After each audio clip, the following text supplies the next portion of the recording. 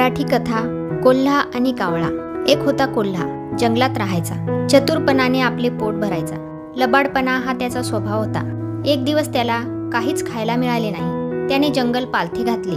दुपार टळली तरी त्याच्या पोटात काहीच गेले नव्हते। भुकेने तो व्याकुळ झाला। त्याला चालणे जड झाले, पण त्याने धीर सोडला नाही। तो चौफेर आशाळभूत नजरेने पाहत होता। भुकेल्या पोटी जड पावलाने तो वाट दिसेल तिकडे जात होता। चालता चालता तो एकदम थांबला। त्याची लबाड नजर एका जागी खिळून राहिली। एक कावळा मोठ्या मासाच्या तुकड्यावर चोच मारून आपले पोट भरत होता। क्षणात कोल्ह्याच्या मनात आशेचा किरण डोकावला। जिभल्या चाटत हळुवार पावलाने तो कावळ्याच्या दिशेने चालू लागला। कावळ्याच्या तीक्ष्ण नजरेला कोल्ह्याची चाहूल लागली। त्याने तो मासाचा तुकडा चोचीत घट्ट पकडला आणि भुरकन उडून त्याने झाडाची फांदी गाठली। तो चोचीत मासाचा तुकडा धरून दबकत येणाऱ्या कोल्ह्याकडे संशयाने पाहत राहिला।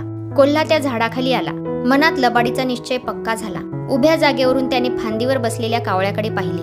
तोंडावर लबाडीचे हसू आणले आणि कावळ्याला तो म्हणाला, कावळे दादा, आराम चाललाय ना?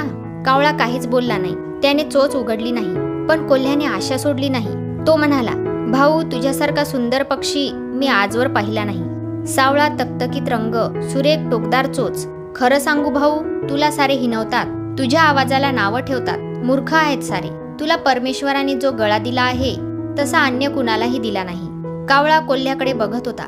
त्याच्या चोचीत मासाचा तुकडा तसाच होता। कोल्हा मनात सुखावला होता। त्याची स्तुती केली तर कावळा चोच उघडील आणि तो मासाचा तुकडा खाली पडेल। पुन्हा कोल्हा म्हणाला, कावळे दादा, कोण काही म्हणोत, चांगल्याला चांगले म्हणणाऱ्याचे दिवस आता राहिले नाहीत। जो तो चांगल्याला संपवायला बघतो आहे, पण मी या सर्वांच्या विरुद्ध लढा देणार। तुझ्या आवाजाचा गोडवा सर्वांना ऐकावा लागेल। कावळे भाऊ, खरं सांगतो, देवा शपथ, सकाळपासून मी वनवन फिरतो आहे, पण तुझ्यासारखा एकही कावळा भेटला नाही। आता तू भेटलास। माझा सारा शीण नाहीसा झाला आहे। बोलता बोलता कोल्हा दोन्ही पायांवर बसला।